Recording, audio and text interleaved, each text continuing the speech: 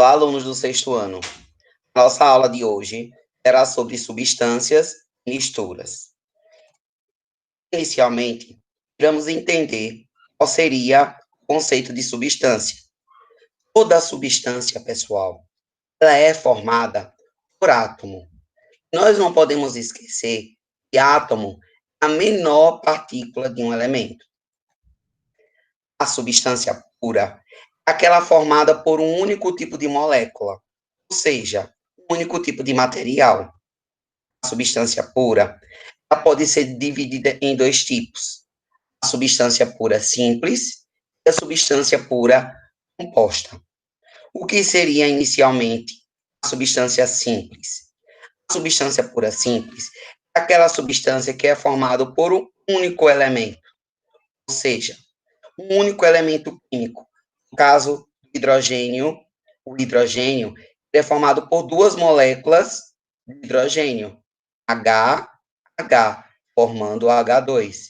O oxigênio, ele tem como fórmula química o O2, ou seja, duas moléculas de oxigênio. O gás ozônio é formado por três moléculas de oxigênio. Uma, duas, três. O que é que nós podemos dizer? O gás hidrogênio, o gás oxigênio, o gás ozônio é uma substância pura simples, porque ela é formada por apenas um único tipo de elemento químico. O hidrogênio é formado apenas por H, o oxigênio é formado apenas por O, o ozônio e também é formado apenas por O. Quando nós olhamos o conceito de substância pura composta, a gente entende que a substância pura composta é formada por moléculas que apresentam dois ou mais elementos químicos. Como, por exemplo, eu posso dizer para vocês o NaCl, que é o cloreto de sódio, e o H2O, que é a fórmula molecular da água. Perceba que a água é uma substância pura composta porque ela é formada por dois elementos químicos, o hidrogênio e o oxigênio. Duas moléculas de hidrogênio, uma molécula de oxigênio.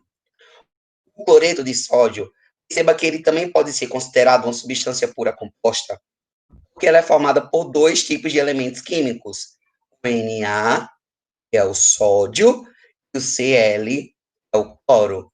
Ou seja, a união de dois elementos químicos, Na mais o Cl, vai formar o que a gente chama de cloreto de sódio, nada mais é do que o sal de cozinha. E por esse motivo, ele é chamado de substância pura composta, porque ele é formado por dois elementos químicos. O Na é um elemento químico e o Cl é outro elemento químico. Qual seria o conceito de mistura? Mistura é todo material formado por duas ou mais substâncias puras. São chamadas de componentes da mistura. As misturas, elas têm, sim, composição variada. A mistura, ela pode ser considerada uma mistura homogênea ou uma mistura heterogênea. O que seria uma mistura homogênea? Uma mistura homogênea é uma mistura que tem apenas uma única fase. Elas são chamadas de monofásicas. Como exemplo, vocês podem analisar aqui a imagem, visualizar que aqui eu tenho água açucarada, que é a mistura de água com açúcar. Quando você mistura proporcionalmente o açúcar mais a água, perceba que você tem uma água açucarada. E essa mistura, você apenas consegue visualizar uma única fase. O outro exemplo que eu posso dar para vocês é a água com sal. Quando você coloca uma colher de chá de sal de cozinha em 300, 250 ml de água, você perceba que o sal ele vai se dissolver na água e irá formar apenas uma única fase. Isso podemos dizer que esse tipo de mistura é uma mistura homogênea, porque apresentou apenas uma única fase. Já a mistura heterogênea são aquelas que apresentam mais de uma fase. Ou como exemplo para vocês, posso dar a mistura da água com óleo. Perceba que a água, com o passar do tempo, ela fica na parte inferior e o óleo ele fica na parte superior. Essa imagem é para mostrar precisamente que a água ela não se mistura com o óleo, formando duas fases. E quando uma mistura ela forma a apresentação de duas ou mais fases, a gente diz que essa é a mistura, é chamada de mistura heterogênea. Nós entramos agora na questão da solubilidade. Um copo com água, veremos que ele não se dissolve se nós colocarmos um pouquinho de óleo. É o que está acontecendo aqui nessa imagem. Então, perceba que, por causa da solubilidade, é impossível as moléculas contidas na água com as moléculas contidas no óleo, elas se misturarem, elas se repelem. É por isso que o óleo ele fica na parte de cima, a água ela fica na parte de baixo. Entretanto, se nós colocarmos açúcar em um copo com água, este vai se dissolver no meio líquido. E essa propriedade de dissolver um soluto em um meio líquido, a gente diz que ela é chamada de solubilidade. Essa situação, ela é insolúvel. Essa situação, ela é solúvel. Agora, a gente percebe que tem uma presença de três componentes. Tem uma presença do que a gente chama de soluto, tem uma presença do solvente, e tem uma presença da solução. O que seria uma solução? É a mistura do soluto com solvente. A gente chama de solução. Como soluto, eu dei dois exemplos para vocês. Dei como exemplo o sal, dei como exemplo o açúcar. Como exemplo de solvente, dei para vocês a água, a mistura do sal com água, o da açúcar com água. A gente diz que a água açucarada, a água salgada, ela é chamada de solução. Se colocarmos uma grande quantidade de açúcar em um copo com água, o que é que vai acontecer? Em excesso, lógico que a quantidade de açúcar ela não será dissolvida por completo. Assim como também, caso você misture uma grande quantidade de sal em pouca água.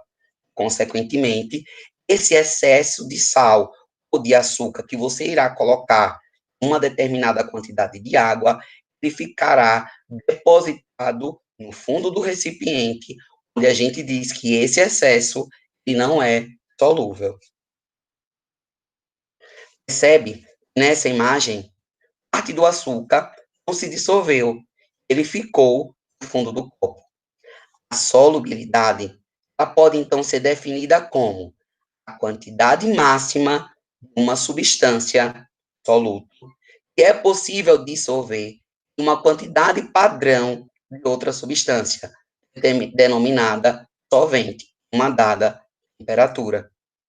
Para registrar o valor da solubilidade de um material, nós precisamos verificar a quantidade de soluto, a quantidade de solvente e a temperatura que eles se encontram. Em regra geral, o aumento da temperatura vai aumentar a solubilidade das substâncias.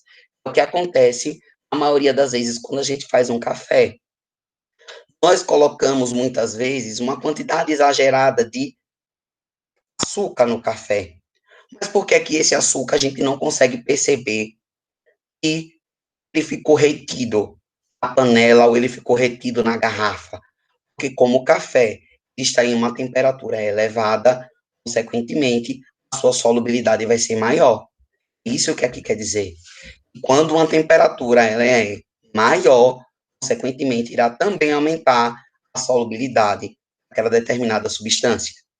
Portanto, existem substâncias que não se dissolvem em água, por isso são chamadas de insolúveis.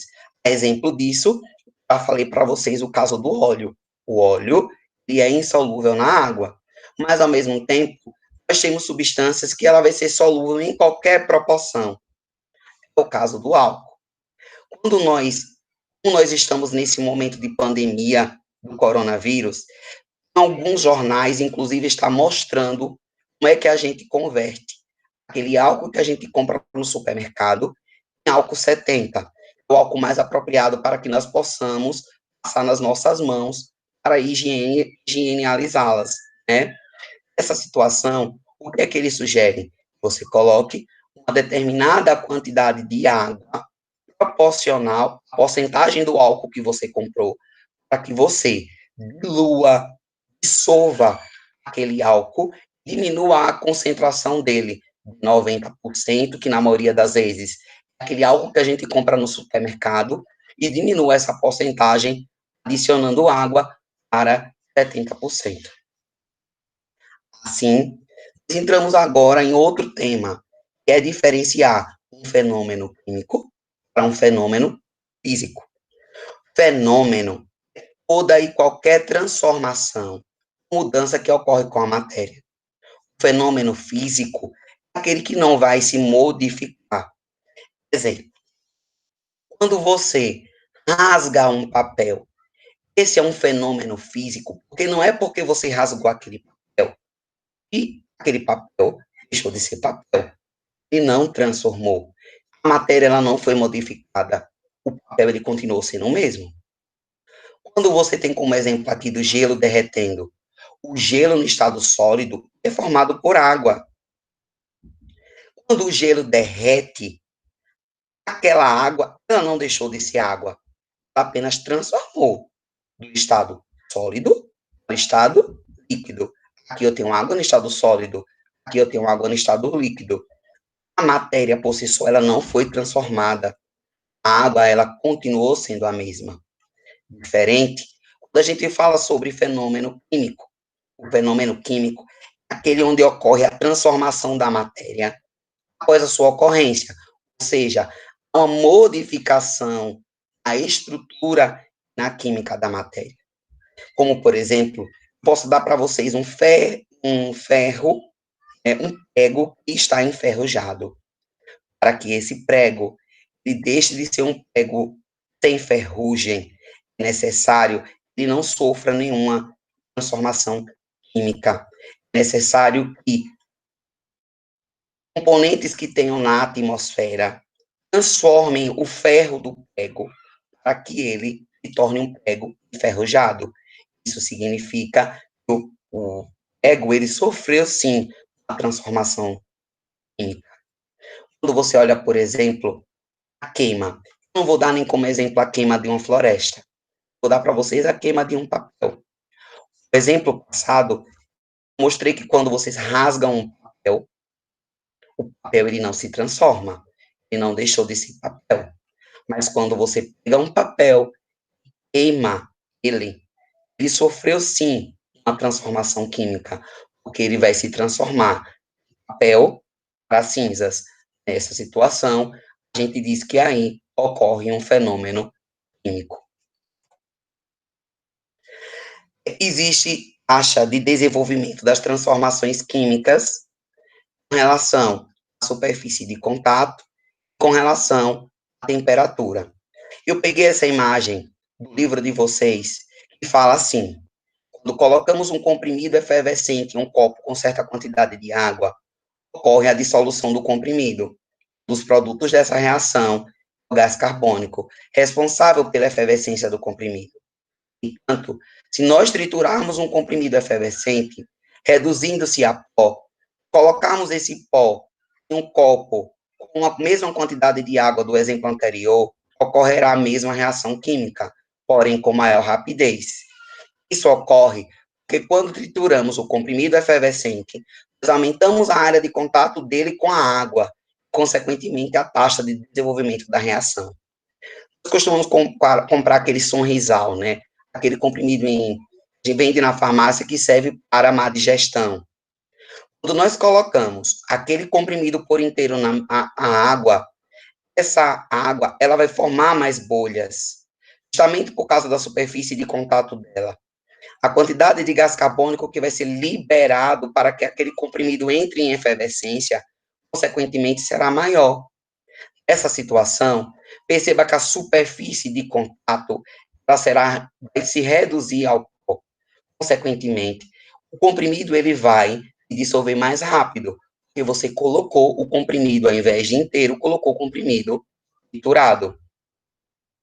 Com relação à temperatura, a temperatura é outro fator que influencia na taxa de desenvolvimento das reações químicas, diminuindo ou aumentando a velocidade da reação. A presença de água, as substâncias que compõem o fermento, ela reage e origina novos compostos, que é o gás carbônico, responsável pelo crescimento do bolo. Por que é que um bolo ele cresce? Por que é que uma massa de pizza ela incha? Por causa da presença do gás carbônico que será contida na massa no momento em que aquela massa estiver fermentando. Só que essa reação de crescimento da massa é determinada pela temperatura do ambiente.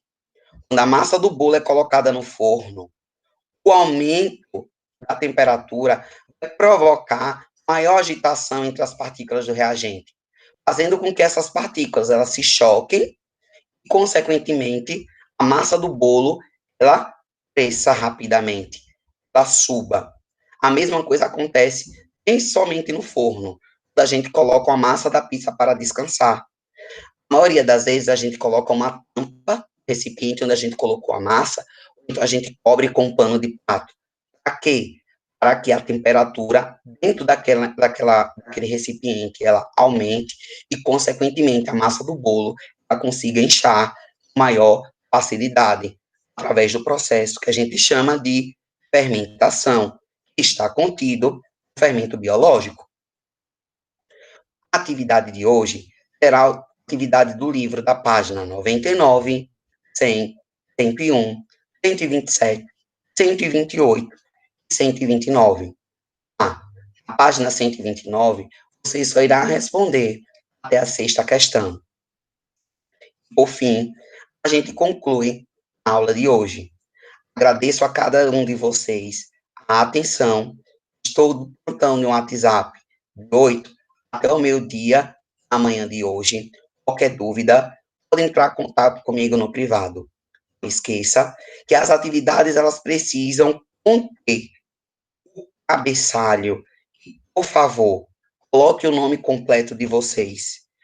Fique em casa, muita saúde e deixe a escola até você. Muito obrigado. Fique com Deus.